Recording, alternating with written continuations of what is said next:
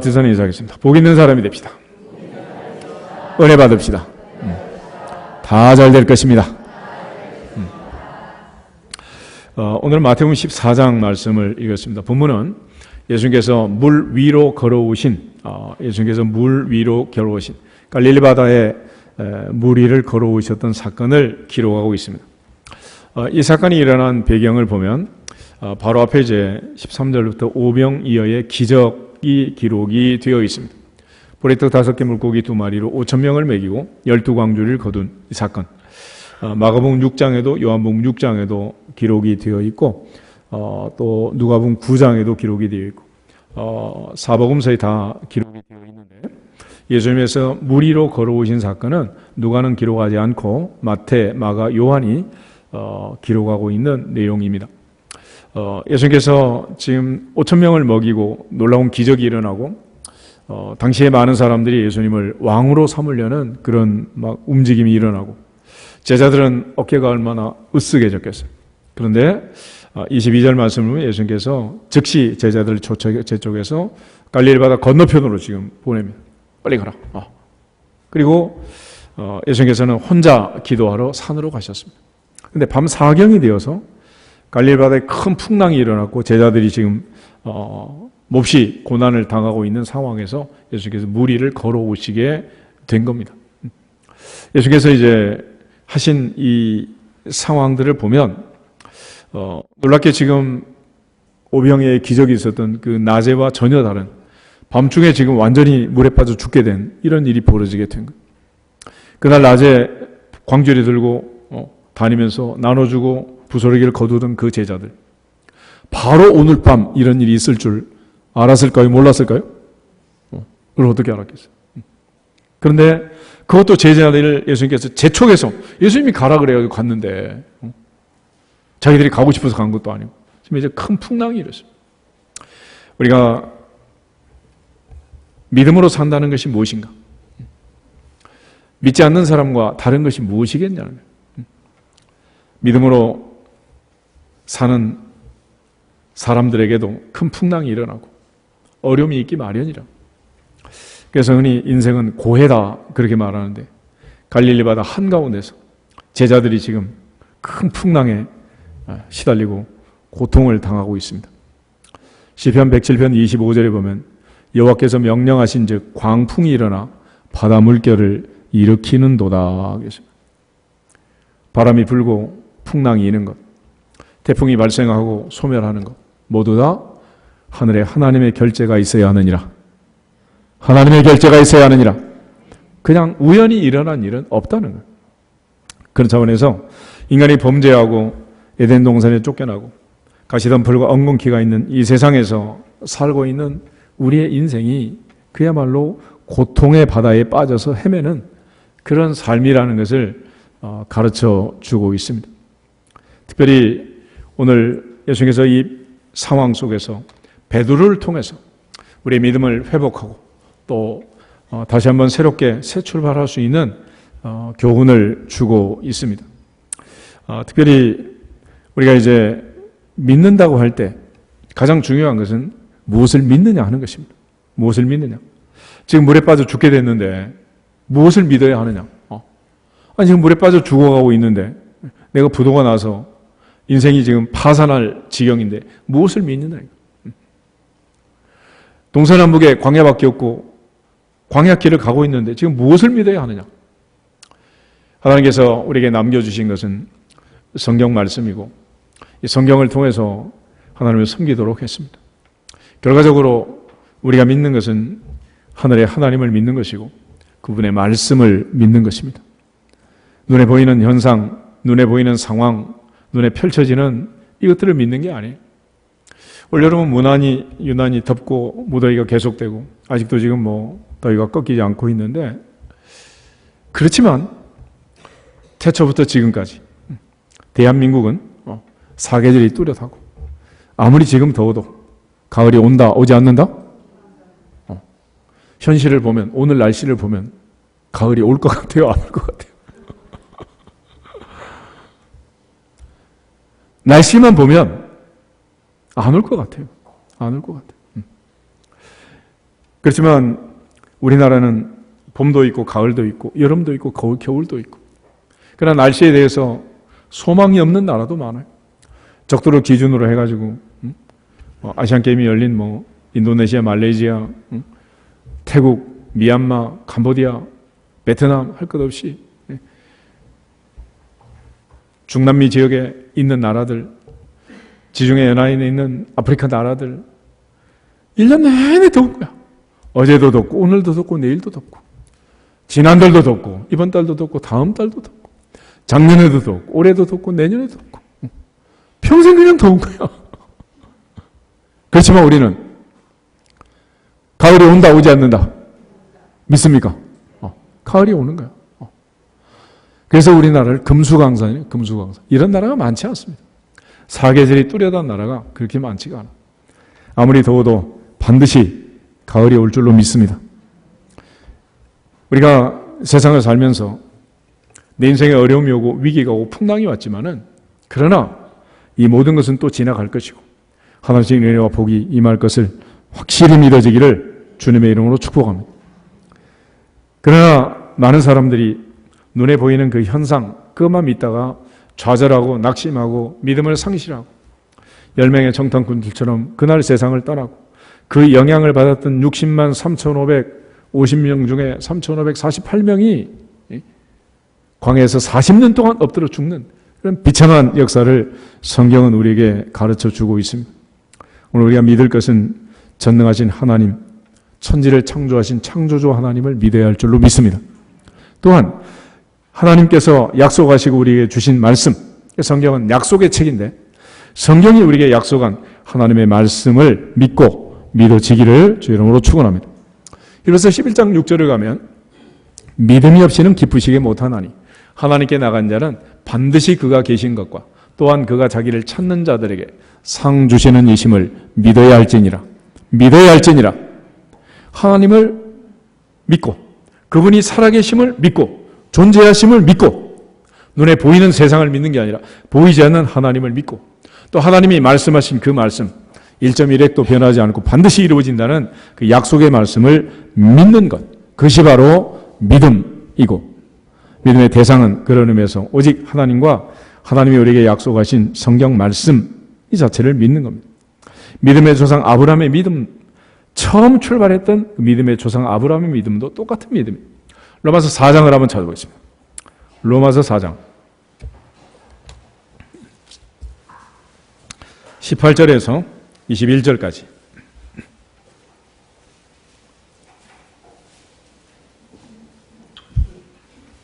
로마서 4장 18절. 아브라함이 바랄 수 없는 중에 바라고 믿었으니 이는 내 후손이 이 같으리라 하신 말씀대로 많은 민족의 조상이 되게 하려 하심이라. 그가 백세나 되어 자기 몸이 죽은 것 같고 사라의 태가 죽은 것 같음을 알고도 믿음이 약하여지지 아니하고 믿음이 없어 하나님의 약속을 의심하지 않고 믿음으로 견고하여져서 하나님께 영광을 돌리며 약속하신 그것을 또한 능히 이루실 줄을 확신하였으니. 아멘. 아브라함은 나이가 100살이었고 사라는 90살이었습니다. 지금 언감생심 바랄 수 있는 상황이 아니란 말이에요. 그렇지만 바랄 수 없는 중에 바라고 믿었다. 무엇을 믿었느냐? 전능하신 하나님을 믿었고 또한 하나님의 약속의 말씀을 믿었습니다. 그는 알았지만, 현실을 알았지만, 불가능함을 알았지만 알고도 믿음이 약하여지지 않았다. 믿음이 없어서 하나님의 약속을 의심하지 않았다. 믿음으로 견고해져서 하나님께 영광을 돌리고 약속하신 그것을 능히 이루실 줄 확신하였느니라. 결국 믿음이라는 것은 전능하신 하나님을 믿고 그가 약속하신 말씀을 믿는 것, 그걸 믿음이라고 합니다. 눈에 보이는 현실을 믿는 게 아니고 현상을 믿는 게 아니고 오늘의 온도계를 믿는 게 아니고 하나님께서 창조한 자연의 질서를 믿고 가을이 올 것을 믿는 것처럼 하나님의 약속은 반드시 이루어짐을 믿고 또 믿어지기를 주님의 이름으로 축복합니다. 궁극적으로 우리 모두는 이 말씀을 믿는 거예요. 그런데 현실을 보면 잘 안 믿어지는 거죠. 예수님의 제자들도 역시 마찬가지인데 우리 요한복음 2장을 한번 찾아보겠습니다. 요한복음 2장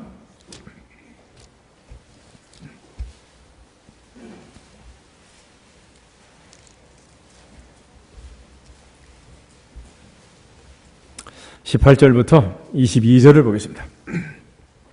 18절에서 22절. 이에 유대인들이 대답하여 예수께 말하기를 내가 이런 일을 행하니 무슨 표적을 우리에게 보이겠느냐. 예수께서 대답하여 이르시되 너희가 이 성전을 헐라 내가 사흘 동안에 일으키리라. 유대인들이 이르되 이 성전은 46년 동안에 지었거늘 내가 3일 동안에 일으키겠느냐 하더라. 그러나 예수는 성전된 자기 육체를 가리켜 말씀하신 것이라. 죽은 자 가운데서 살아나신 후에야 제자들이 이 말씀하신 것을 기억하고 성경과 예수께서 하신 말씀을 믿었더라. 아멘. 제자들의 진짜 믿음, 완전한 믿음은 22절 말씀처럼 예수님께서 비로소 이제 부활하신 후에야 그들에게 이런 믿음이 찾아왔는데 제자들은 무엇을 믿었느냐? 제자들은 이 말씀하신 것을 기억하고 성경과 예수께서 하신 말씀을 믿었더라. 말씀을 믿었더라. 그 믿음이 우리의 믿음 되기를 주 이름으로 축복합니다. 결과적으로 내가 파선을 하고 어려움이 오고 고난이 오고 무더위가 계속되고 여러 가지로 눈에 보이는 현상들은 좋지 않다 하더라도 반드시 하나님께서 내게 주신 약속의 말씀처럼 이 말씀은 믿는 자 속에서 역사하는 줄 확신하고 범사에 하나님께서 어디를 가든지 무엇을 하든지 형통하게 할 것을 믿고 확신할 수 있기를 주님의 이름으로 축복합니다. 그러면 우리가 믿어야 할 내용, 내 인생에 어려움이고 고난이 왔을 때 우리가 그러면 어떻게 믿고 어떤 말씀을 붙들고 어떻게 믿어야 하느냐. 가장 중요한 세 구절이 있는데 우리가 전능하신 하나님을 믿고 하나님의 약속의 말씀을 믿는다면 첫 번째는 합력하여 선을 이루시는 하나님을 믿으시기를 축복합니다. 로마서 8장 28절 한번 찾아보겠습니다. 로마서 8장 28절 말씀.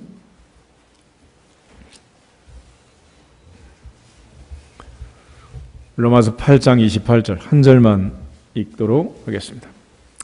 우리가 알거니와 하나님을 사랑하는 자 곧 그의 뜻대로 부르심을 입은 자들에게는 모든 것이 합력하여 선을 이루느니라. 아멘. 만사 형통이 아니라 모든 것이 합력하여 선을 이룬다 그랬습니다. 다시 말하면 시편 기자가 고백할 때 고난 당한 것이 내게 유익이라. 왜냐하면 그것 때문에 내가 주의 율례를 배우게 되었습니다. 그랬습니다. 지금 제자들이 오병의 기적이 일어나고 그 놀라운 기적을 체험하고 바구니를 들고 나눠주고 부스러기를 거두고 얼마나 으쓱으쓱했겠어요. 그런데 바로 다음날 밤 물에 빠져 죽게 될 줄 누가 알았겠냐고. 그냥 아무도 알 수 없는 거예요. 결과적으로 이 모든 일은 하나님의 손에 달린 일이지. 그렇지만 하나님께서는 이 모든 것을 또 합력하여 선을 이루시는 줄 믿습니다. 아무리 어렵고 힘든 고비가 오더라도 이 또한 지나가리라 확신하고 하나님께 영광을 돌릴 수 있기를 주님의 이름으로 축복합니다. 올여름이 아무리 더워도 더위는 가고 반드시 결실의 계절 가을이 올 줄로 믿습니다. 아멘. 우리 한번 인사하겠습니다. 반드시 가을이 올 것입니다. 그렇지만 당장에 무슨 가을 날씨가 오는 건 아니야. 당장의 날씨가 이렇게 끝나면 뭐 찬바람이 부는 그런 날씨로 바뀌는 건 아니라고. 그렇지만 합력해서 선을 이루게 될 줄로 믿습니다. 봄, 여름, 가을, 겨울이 합력해서 아름다운 금수강산을 이루듯이 인생의 기륭, 화복이 합력해서 또 선을 이루게 될 줄로 믿습니다. 우리는 내일은 알지 못하지만 확실히 아는 것은, 우리가 아는 것은 이것이다.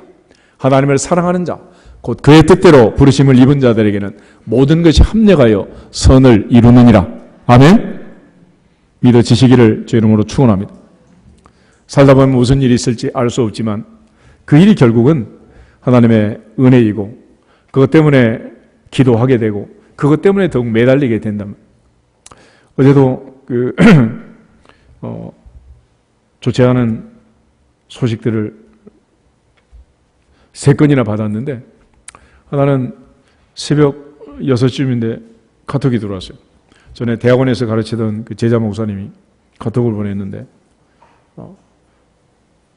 췌장암 4기가 돼가지고 이제 간과 폐까지 전이가 돼가지고 더 이상 뭐 병원에서는 수술할 수도 없고 그렇다면서 이제 기도 요청하는 카톡이 들어왔더라고요. 그러고 있는데 팽수태 목사님이 또 전화를 해가지고 카톡이 와서 전화를 했더니 사모님이 2층 베란다에서 청소를 하다 떨어져가지고 오른쪽 무릎을 덮는 뼈가 깨지고 무릎이 부스러져가지고 고대 구로병원 갔는데 또 환자들이 얼마나 많은지 30시간을 대기해가지고 겨우 수술을 마치고 또 일주일 뒤에 지금 이제 2차 수술을 또 기다리고 있다 그러면서 기도 요청을 해요. 그래서 이제 전화로만 기도를 해드렸는데 그러셨더니 또 저녁에 우리 김대성 집사님이 저쪽에 이제 그 요양병원에 지금 북한산 자락에 정릉 쪽에 지금 계시는데 내가 한 달 전에 신방을 갔었거든요. 그랬더니 계속 한 시간 동안 손을 붙들고 놓지를 않더라고요. 근데 폐에 또 물이 차고 그 소변을 잘 보지 못해서 이제 이뇨제를 집어넣고 또 호소를 해서 지금 빼고 이런 상황이라면서 기도 요청이 또 들어왔어요. 요람에서 무덤까지 내일 무슨 일이 있을지 안다 모른다. 알 수 없어. 그렇지만 우리가 아는 것은 바울이 확신하는 것은 하나님을 사랑하는 자 곧 그의 뜻대로 부르심을 입은 자들에게는 모든 것이 합력하여 선을 이루느니라. 선을 이루느니라. 모세 인생도 120년 그 많은 어려움이 있었지만 태어난 지 3개월 때부터 남이강에 던져지는 그런 비참한 운명이었지만 합력하여 선을 이룬 줄 믿습니다. 사도 바울의 인생도 하나님께서 합력하여 선을 이루셨고 바울은 그 사실을 여기서 지금 고백하고 있는 거예요. 아브라함의 인생이 그렇고 이삭과 야곱의 인생이 그렇고 여호세 인생이 다니엘의 인생이 다 마찬가지예요. 모든 것이 합력하여 선을 이룰 것을 세상은 몰라도 하나님을 사랑하는 자, 곧 그 뜻대로 부르심을 입은 하나님의 자녀되는 권세를 가지고 확신하시기를 주의 이름으로 축복합니다. 두 번째는 어떤 어려움을 당할 때 하나님께서 반드시 감당할 수 있는 만큼 시험을 허락하시고 또한 피할 길을 주심을 확신할 수 있기를 축복합니다. 고린도전서 10장 13절 한번 찾아보겠습니다. 고린도전서 10장 13절 신약성경 275페이지 고린도전서 10장 13절 한 절만 같이 읽겠습니다. 사람이 감당할 시험 밖에는 너희가 당한 것이 없나니 오직 하나님은 미쁘사 너희가 감당하지 못할 시험 당함을 허락하지 아니하시고 시험 당할 즈음에 또한 피할 길을 내사 너희로 능히 감당하게 하시느니라. 아멘. 하나님께서 우리에게 어려움을 줄 때 감당할 만큼 수준에서 어려움을 허락한다. 그리고 피할 길을 주신다는 거죠. 모세가 출애굽할 때 홍해 바다가 나타났습니다. 만약에 그게 감당이 안 될 것 같으면 하나님께서 홍해 바다 앞에 진을 치게 하지 않았겠죠. 그러나 하나님 모세를 믿고 감당할 줄 믿고 그 앞에 진을 치게 하고 또 하나님께서 친히 홍해 바다를 가르고 피할 길을 주신 줄로 믿습니다. 믿음의 조상 아브라함이기 때문에 하나님께서 독자 이삭을 모리아 산에서 번제로 바치라 말씀하셨고 하나님이 명하신 대로 아브라함이 능히 감당하자 수풀에 걸린 양을 하나 주셔서 대신 번제를 드리도록 하나님이 피할 길을 주신 줄로 믿습니다. 다니엘이기 때문에 사자굴을 앞에 두고 하루 3번씩 한 달 동안 기도하게 하시고 또한 사자굴에 들어갔다 능히 감당하고 나온 줄로 믿습니다. 오늘 우리에게 있어서 어려움이 올 때, 고난이 올 때 왜 내게 이런 어려움이 있는가라고 얘기할 수 있겠죠. 그렇지만 하나님께서는 내가 감당할 수준만큼만 허락을 하는 거예요. 야고보서 1장에만 있는 말씀처럼 너희가 여러 가지 시험을 당하거든 온전히 기쁘게 여기라. 온전히 기쁘게 여기라. 그것이 하나님이 우리를 인정하는 거예요. 인정. 그러므로 하나님이 내게 주신 시험이 고난이 크면 클수록 하나님이 나를 괴롭히는 겁니까? 인정하시는 겁니까? 그건 인정하는 거예요. 내가 감당할 수 있다고 믿으니까 내게 그런 은혜를 주시는 거지. 그렇죠? 결과적으로 우리가 살아가는 모든 과정에서 마찬가지예요. 그러므로 하나님께서 감당할 만큼 남편도 만나고 아내도 만나고 아들, 딸도 만나고 할렐루야. 그러다 하신 내가 감당하지 못하고 쓰러질 것 같으면 하나님이 그렇게 하시겠어요? 그런 차원에서 사도 바울은 사람이 감당할 시험밖에는 당한 것이 없다. 또한 오직 하나님은 미쁘시고 신실하시고 또 감당할 능력을 주시고 시험 당할 때 또 피할 길을 주시고 능히 감당하게 하시느니라 믿어지시기를 축복합니다. 세 번째는 최후 승리를 믿는 것. 로마서 8장을 다시 보겠습니다. 8장 37절. 로마서 8장 37절 말씀.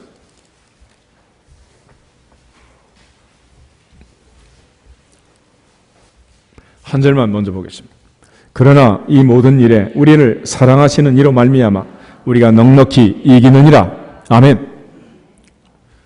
사도 바울은 승리를 확신했습니다. 우리를 사랑하시는 그분 때문에. 하나님은 세상을 이처럼 사랑하세요. 하나님은 나를 이처럼 사랑하사 독생자를 주셨고 독생자 예수 그리스도는 나를 사랑하사 나를 위하여 자기 자신을 버리셨답니다. 우리가 죄인이었을 때 원수였을 때 우리를 사랑하심으로 우리에 대한 자기의 사랑을 확증하신 그 하나님 그 사랑 때문에 우린 반드시 이기게 될 줄로 믿습니다. 그래서 사탄이 우리를 이기는 방법은 이거예요. 하나님 우리 사이를 이간질해가지고 하나님이 우리를 사랑하지 못하게 하고 우리를 사랑하신 이가 우리를 미워하시면 우리를 떠나시면 그때는 백전백패할 수밖에 없는 거예요. 그런 차원에서 사형리의 첫 번째 원리는 뭐냐? 하나님은 당신을 사랑하시고 당신을 위한 놀라운 계획을 갖고 계십니다. 올여름도 하나님의 사랑을 확신하시기를 축복합니다. 그래서 38절, 39절에 바울의 확신이 있는데 같이 한번 더 읽어보겠습니다. 내가 확신하노니 사망이나 생명이나 천사들이나 권세자들이나 현재 일이나 장래 일이나 능력이나 높음이나 깊음이나 다른 어떤 피조물이라도 우리를 우리 주 그리스도 예수 안에 있는 하나님의 사랑에서 끊을 수 없으리라. 할렐루야. 그 누구도 그 어떤 일도 하나님 우리 사이를 사랑의 줄을 끊고 이간질할 수 없다는 거예요. 그러므로 하나님의 사랑, 변함없는 사랑, 그 사랑을 믿고 나를 사랑하사 나를 위하여 자기 자신을 버리신 예수 그리스도의 사랑을 믿고 우리를 사랑하시는 주님 때문에 우리를 사랑하시는 아버지 하나님 때문에 우리는 넉넉히 이기게 될 줄로 믿습니다. 그러므로 영적 전쟁은 이길지 질지 모르는 애매한 싸움이 아니고 승리가 보장된 넉넉히 이기도록 승리가 보장되어 있는 싸움인 것을 알고 반드시 승리하시기를 주 이름으로 축원합니다. 그러므로 고난이 온다고 해서 징징 짜고 울면 안 돼. 울면 바보. 하나님 앞에서 이 분명한 사실을 확신하고 믿어지기를 주 이름으로 축원합니다. 그러므로 믿음이라는 것은 살아계신 하나님을 믿는 것이고 그의 약속의 말씀을 믿는 것입니다. 그 말씀 중에서도 특별히 모든 것이 합력하여 선을 이루게 될 줄로 믿습니다. 그런 의미에서니 고난은 위장된 축복이다라고 얘기하고 고난 당한 것이 유익이라 고백하는 것입니다.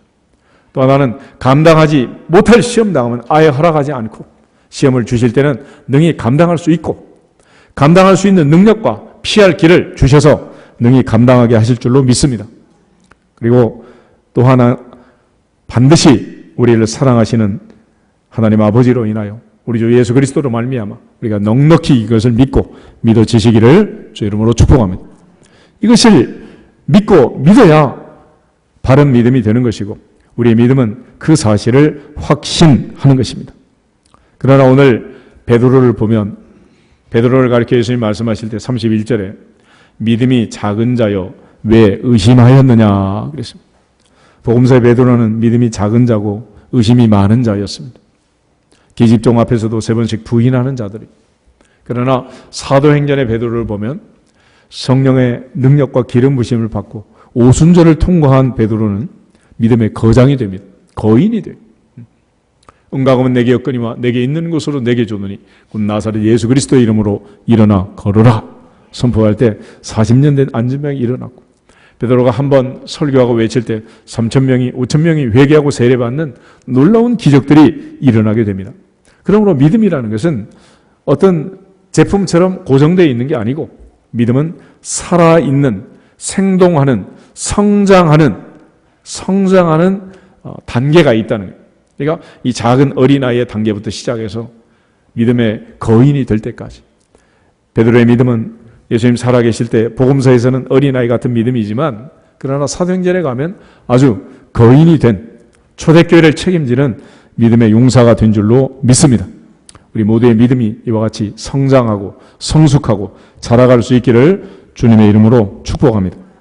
오늘 베드로가 12제자와 더불어서 오병이의 기적을 행하고 얼마나 놀라운 한날이었어요.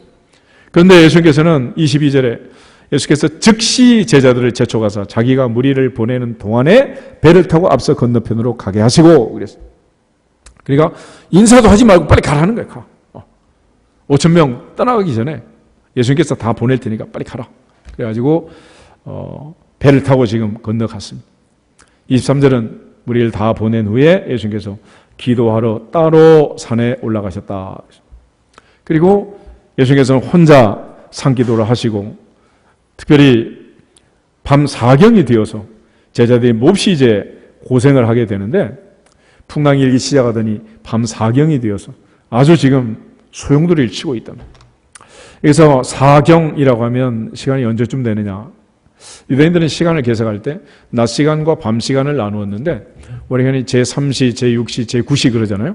그러니까 아침 6시부터 오후 6시까지를 12시간으로 나눠가지고 낮 시간을 12로 나누는 거예요. 그러니까 제3시 그러면 오전 9시가 되고 제6시 그러면 낮 12시, 제9시 그러면 오후 3시가 됩니다. 그래서 오전 6시에서 저녁 6시까지를 12시간으로 나누고 그 다음에 저녁 6시에서 아침 6시까지를 4경으로 나눴어요. 그래서 1경은 저녁 6시에서 9시까지, 2경은 9시에서 자정까지, 3경은 자정에서 새벽 3시까지, 4경은 새벽 3시에서 6시까지. 뭐 하는 시간이요? 새벽 기도하는 시간.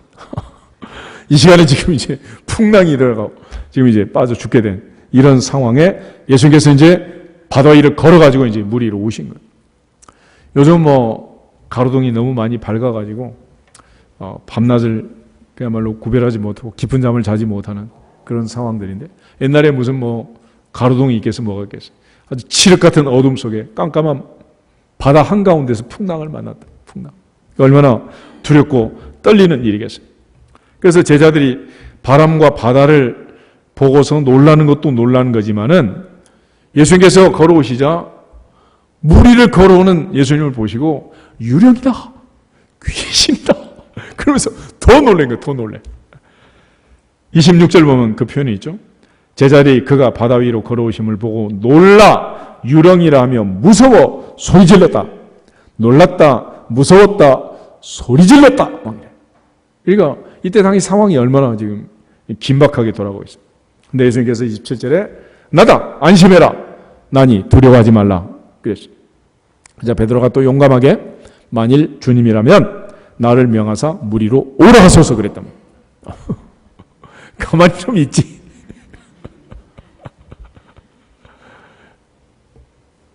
그때 예수님이 오라 그래서 그때 이제 베드로가 어떤 사람인지 밑바닥이 드러나게 되는 거예요. 그러니까 평소에는 믿음이 좋은 것 같아요. 근데 고난이 오면 바닥이 보이는 거예요. 평소에는 나무가 뿌리가 깊은지 안 깊은지 알 수 없지만은 태풍이 불면 가로수의 뿌리가 깊은지 안 깊은지 알 수 있어요, 없어요? 그때 이제 드러나게 되는 거예요. 평소에는 우리가 뭐 건강한지 아닌지 알 수 없지만 뭐 전염병이 돌고 독감이 돌고 이럴 때는 내 몸의 면역이 강한지 약한지가 이제 드러나게 되는 거예요. 약한 사람은 전부 이제 막 온갖 병을 다 그냥 보내지 않고 웰컴에 맞이해가지고 그냥 감기 안으로 들어가서 아주 그냥 몇 주 동안 같이 즐기느라고 그냥 콜록콜록. 그런데 이 베드로를 보면 여기서 지금 이제 놀라운 단계를 거치게 됩니다. 첫 번째 단계는 뭐냐면 불가능한 일을 해요. 오라! 그러니까 물 위를 걸어가기 시작했어요. 얼마나 놀라운 일이야. 두 번째 단계는 있을 법한 일을 합니다. 갑자기 풍랑이 일고 광풍이 불죠. 베드로가 그걸 보면서 얼마나 놀랬겠어요. 그래서 30절에 보면 바람을 보고 무서워 빠져가는지라 그랬어요. 바람을 보고 무서워했다. 바람을 보면 이거는 뭡니까? 심리적으로 갑자기 공포감이 든 거예요. 공포감. 내가 지금 어디를 걸어가고 있어? 무리를. 얼마나 놀랬겠어. 그의 마음속에 이 무시무시한 공포가 찾아오게 된 것입니다. 그는 그 상황에서 예수님을 받겠어요? 뒤에 있는 배를 받겠어요? 앞으로 가는 게 낫겠어? 뒤로 빨리 도망가는 게 낫겠어? 성경은 한결같이 뒤를 본 사람들의 결과가 좋지 않다고 얘기를 합니다. 롯의 아내는 뒤를 돌아보다가 수군기둥이 되었습니다. 예수님께서 누가복음 9장 62절에 이런 말씀을 하셨어요. 손에 쟁기를 잡고 뒤를 돌아보는 자는 하나님 나라에 합당하지 아니하니라. 많은 사람들이 나를 따르라 그럴 때 논을 샀습니다. 밭을 샀습니다. 장가 들었습니다. 여러 가지 이유를 대면서 거절했어요. 사도 바울은 주 예수께 붙잡힌 바 된 그것을 잡으려고 표대를 향하여 달려가노라. 나는 뒤에 있는 것은 잊어버렸다. 그랬습니다. 그런데 광야 40년 이스라엘 백성들을 보면 뒤에 있는 애굽을 잊어버린 게 아니라 애굽을 품고 애굽을 그리워하고 애굽을 소망하고 이제라도 애굽으로 돌아가자. 애굽에 매장지가 없어서 우리를 끌고 나왔느냐. 이러면서 원망했던 그 광야 세대를 보면 뒤를 돌아보고 뒤를 그리워하는 것은 어리석은 일이라. 오늘부터는 앞만 보고 달려가시기를 주의 이름으로 축복합니다. 뒤에 있는 것은 잊어버리라는. 과거는 찬란했던 과거도 빨리 잊는 게 좋고 불행했던 과거도 빨리 잊는 게 좋고 앞을 향해 달려가야 되네요. 남은 인생 주님과 더불어서 믿음의 주요 온전 계신 예수 그리스도를 바라보고 표대를 향하여 달려갈 수 있기를 주의 이름으로 축복합니다. 그리고 드디어 베드로는 세 번째로 당연한 일을 하게 됩니다. 뭐냐? 빠져갔다. 물에 빠져가기 시작합니다. 물에 빠져가기 시작했어요. 그는 그가 생각했던 대로 드디어 당연한 일을 하게 됩니다.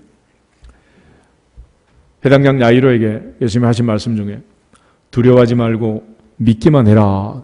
두려워하지 말고 믿기만 해라. 그런데 그의 마음속에 어떤 마음이 있느냐, 이게 너무 중요하다는 거예요. 오늘 우리가 무슨 일을 하든지 마음의 결정을 잘 하셔야 됩니다. 음식을 먹을 때도 내가 이거 먹으면 살찔 텐데 그렇게 먹으면 반드시 살이 찐대. 내가 이걸 먹으면 날씬해진다라고 생각하고 먹으면 반드시 날씬해진다는.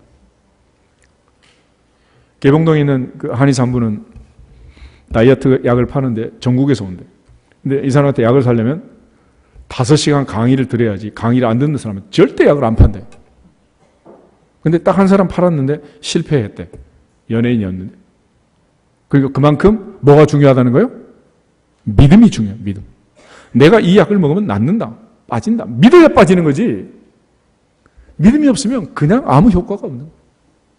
암 환자들을 가지고 테스트한 게 있는데 한 그룹은 그냥 항암하고 그냥 약만 주고 한 그룹한테는 약을 먹을 때마다 내 몸의 암세포가 아이스크림처럼 녹아가지고 다 빠져나간다 라는 상상을 하고 확신을 가지고 약을 먹이겠다. 결과는 어땠을 것 같아? 하늘과 땅처럼 다르다. 하늘과 땅처럼. 우리가 믿는 이 믿음이라는 것이 전능하사 천지를 만드신 하나님 아버지를 믿습니다라고 사는 것하고 하나님 없는 이방인처럼 날마다 무엇을 먹을까 마실까 입을까 염려하고 사는 인생은 같다 다르다. 같다 다르다. 전혀 다른 거예요. 전혀 달라. 오늘 예수님께서 계속해서 강조하시고 우리에게 말씀하신 게 뭐냐? 하나님을 믿으라는 거예요. 믿어. 마가복음 11장 한번 찾아보겠습니다. 마가복음 11장.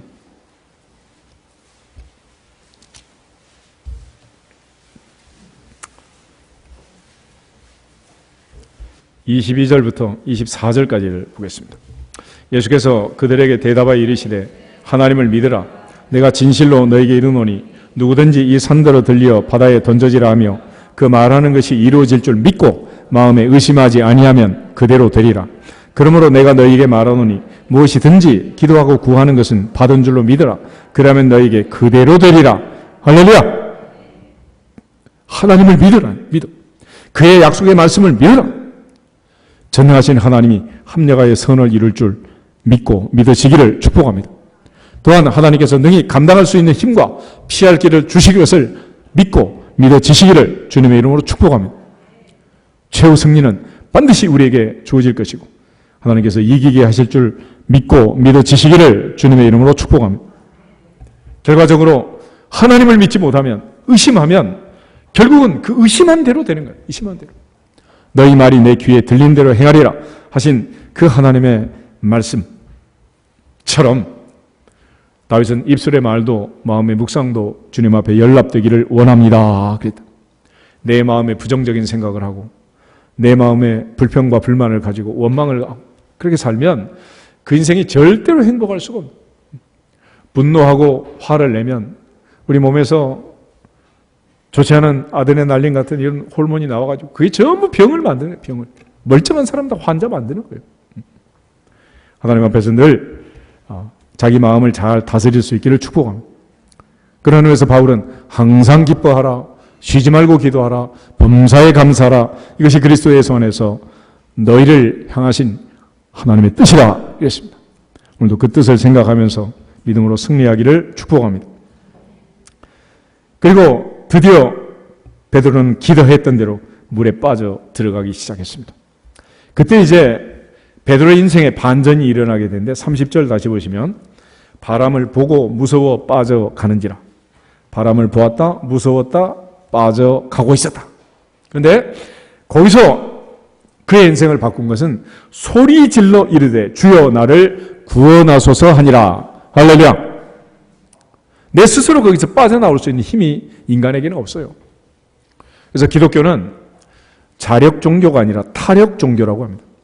대부분의 종교는 내 혼자 득도하고 내 혼자 수련하고 내 혼자 고행하고 내 혼자 요가도 하고 내 혼자 몸을 삐틀고 온갖 고생을 하고 수행을 해가지고 득도하는 구원에 이르는 그런 길을 찾는 자력 종교라면 기독교는 의인은 없나니 하나도 없다.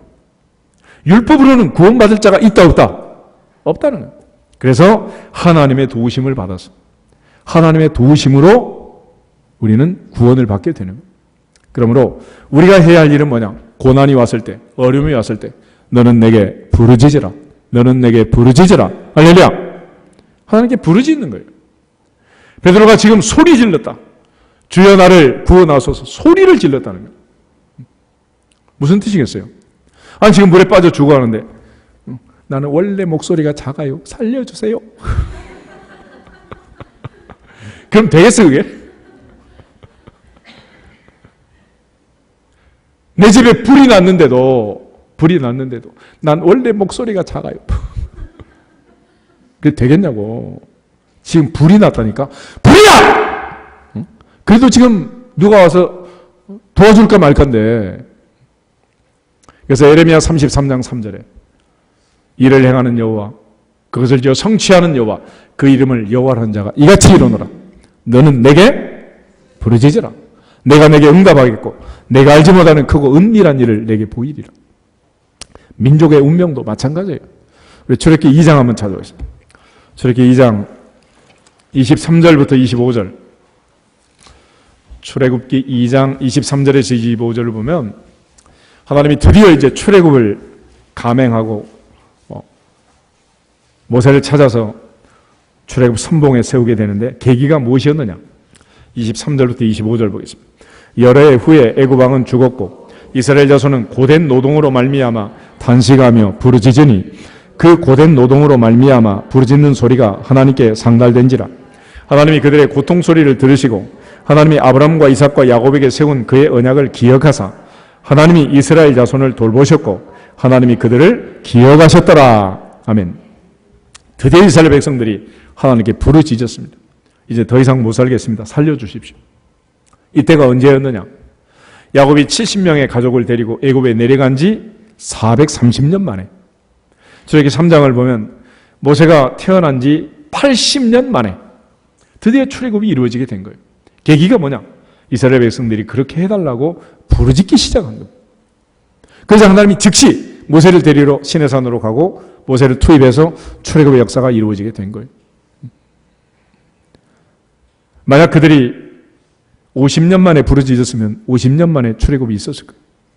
100년 만에 부르짖으면 100년째 대전에 출애굽이 있지 않았겠어요? 200년째 부르짖으면 200년째 대전에 출애굽이 있을 수. 그러나 그들은 430년이 되어서야 부르짖게 된 거예요. 사사기를 보면 메소포타미아 왕 구산 리사다임의 손에 8년을 압제를 당합니다. 그리고 벗어나요. 왜 그랬냐? 8년 만에 부르짖음으로 하나님이 온니엘이라는 사사를 세워서 그들의 부르짖음을 들으시고 온니엘을 세워서 그들을 살려주신 줄로 믿습니다. 왼손잡이 에훗을 통해서 하나님께서 또 그들을 살려내요.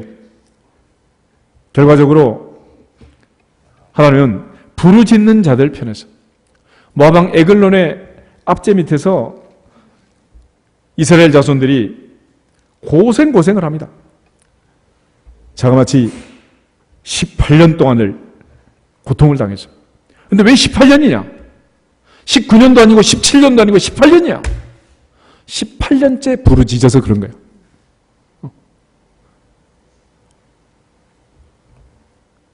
하나님께서는 부르짖으면 그날부터 살려주시고 그날부터 복을 주시는 줄로 믿습니다.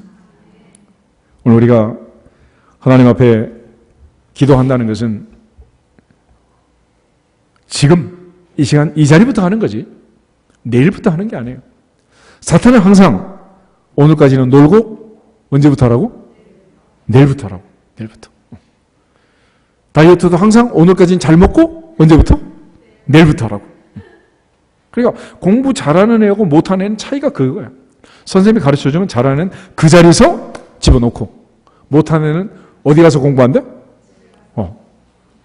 그래서 못한 숙제가 30년, 40년, 50년 밀렸잖아 지금. 못한 거야 이게.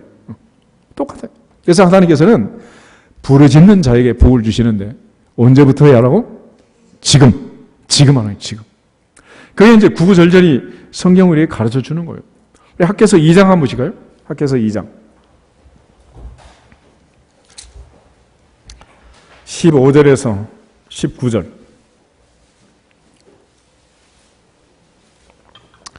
학개서 2장 15절에서 19절을 봅니다. 이제 원하건대 너희는 오늘부터 이전 곧 여호와의 전에 돌이 돌 위에 놓이지 아니하였던 때를 기억하라.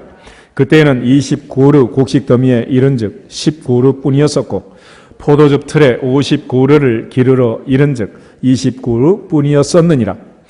만군의 여호와가 말하노라. 내가 너희 손으로 지은 모든 일에 곡식을 마르게 하는 재앙과 깐부기 재앙과 우박으로 쳤으나 너희가 내게로 돌이키지 아니하였느니라. 너희는 오늘 이전을 기억하라. 아홉째 달 24일 곧 여호와의 성전 지대를 쌓던 날부터 기억하여 보라. 곡식 종자가 아직도 창고에 있느냐? 포도나무, 무화과나무, 석류나무, 감람나무에 열매가 맺지 못하였느냐? 그러나 오늘부터는 내가 너희에게 복을 주리라. 할렐루야. 오늘부터 기도해야 되겠어요? 여름 지나고 찬바람 나무를 해야 되겠어? 성경은 항상 지금부터 여기서부터 이 자리부터 오늘부터요. 오늘부터. 내일 일은 알 수가 없어요. 근데 사탄은 늘 연기하라는 거죠. 내일부터 하라는 거예요. 내일부터.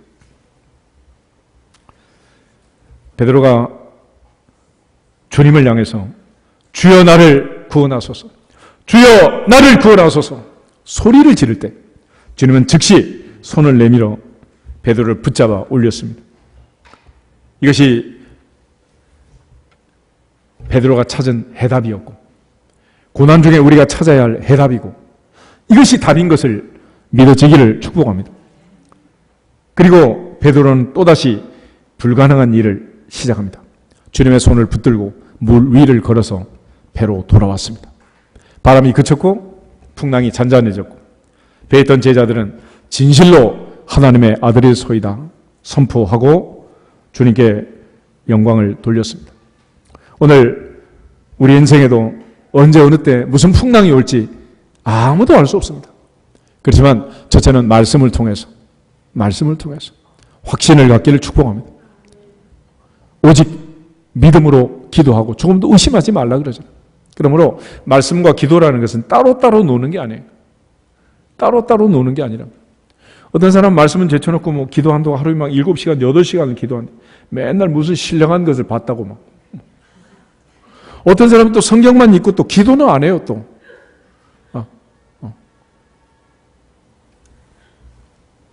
그게 다 허망한 일이야, 허망한 일. 결과적으로 말씀을 붙들고 말씀을 믿는 사람은 하나님께 기도하게 돼 있고, 기도할 때는 확신을 가지고 말씀을 붙들고 기도해야 응답이 올 줄로 믿습니다. 베드로의 인생의 믿음의 회복은 두 가지였습니다. 말씀과 기도예요. 말씀과 기도. 그런 의미에서 로마서 10장 17절에 그러므로 믿음은 어디에서 나오고 들음에서 나오고 들음은 그리스도의 말씀으로 말미암았느니라. 올여름도 말씀을 놓지 않기를 축복합니다. 평생 말씀을 붙잡을 수 있기를 축복합니다. 그렇지만 또 하나 기도 외에 다른 곳으로는 이런 종류가 나갈 수 없느니라 하신 주님의 말씀처럼 주님이 늘 산에 가서 기도하시고 혼자 기도하시고 광야에서 기도하시고 새벽 미명에 기도하시고 예수님이 무슨 기도를 할 필요가 있었겠어요. 그렇지만 바로 그 기도 시간에 그 새벽에 하나님은 나사렛 예수에게 성령과 능력을 기름 붓듯 부어주신 줄로 믿습니다. 말씀의 본체이신 그분이 이 땅에 와서 하나님께 기도하고 그 많은 능력과 사역을 감당했다면 오늘 우리도 역시 마찬가지 아니겠어요? 그런 차원에서 내 인생에 어떤 풍랑이 오든지 어떤 상황이 벌어지든지 두려워하지 말고 무서워하지도 말고 낙심하지도 말고 좌절하지도 말고 합력하여 선을 이룰 줄 믿어지시기를 주의 이름으로 축복합니다. 어제 변호사님 전화하면서도 그랬어요. 아마 하나님이 더 기도 많이 하고 더 많이 복을 주시려고 그러나 보다. 온 교회가 하나가 되고 보사님도 더 열심히 기도하고 계기로 해서 그렇게 하라. 이거 변호사님 말씀이 남 아프고 그럴 때는 기도하세요. 그렇게 쉽게 말했는데 이게 아니라니까. 그래서 고난은 위장된 축복이고 진짜 고난을 당해야 진짜 기도를 하고 진짜 기도를 해야 하늘문이 진짜로 열릴 줄로 믿습니다. 마당만 밟고 지나가면 의미가 없는 거예요. 하나님께서 우리 인생을 어떻게 인도하시든지 봄에는 봄대로 여름엔 여름대로 가을엔 가을대로 겨울엔 겨울대로 하나님을 믿고 말씀을 믿고 내 인생을 새롭게 해석하고 엎드려 부르짖음으로 하나님께 영광을 돌릴 수 있기를 주님의 이름으로 축복합니다. 하나님께서 우리에게 주신 그 은혜를 마음에 새기고 믿음이 작은 자요 왜 의심하였느냐. 믿음이 작은 자요 왜 의심하였느냐. 작은 믿음은 뭐요? 의심하는 믿음이야. 의심하는 믿음. 결과적으로 의심하면 상황이 원위치로 돌아가고 마는. 제가 기도하고 많은 사람들 이제 환자들 기도하면서 임상적으로 내가 깨달은 게 있어요. 주의사항이 두 가지인데 하나는 뭐냐? 분노하면 성질을 내면 무효가 되더라고. 또 하나는 의심하면 하나님이 고쳐주신 줄 믿습니다. 고치신 줄 믿습니다. 그가 채찍에 맞음으로 우리는 나음을 받았도다. 할렐루야. 나은 줄 믿습니다. 네 믿은 대로 될지어다. 그런데 의심을 하면 무효가 되는 거예요. 무효가 돼. 예전에 저쪽에 있는 교회 집사님 한 분이 기도원에 와서 기도를 받았는데 오시견이 와가지고 너무 힘든데 기도하고 너무 좋대. 그래가지고 이제 그날 장도 보고 아픈 줄도 모르고 그냥 하루가 지나간 거예요. 갑자기 밥 먹다 보니까 자기가 숟가락질을 하고 있는 거예요. 놀래가지고 정말로 나왔을까? 그러는 순간 숟가락을 떨어뜨리고 다시 아팠더래요. 그 다음 주에 기도원에 또 왔더라고. 그래서 내가 주의사항을 다시 한번 확인해 줬지. 그랬더니 그 이후로 안 오시더라고. 그만큼 의심하면 된다 안 된다. 오직 믿음으로 구하고 조금 더 뭐하지 말라. 의심하지 말라. 의심하지 마. 왜 의심하느냐? 믿음이 작은 자요 왜 의심하였느냐? 주님이 계시는데, 주님이 함께 계시는데, 주님이 오라는데, 주님이 앞에 있는데 왜 의심하냐는 거예요.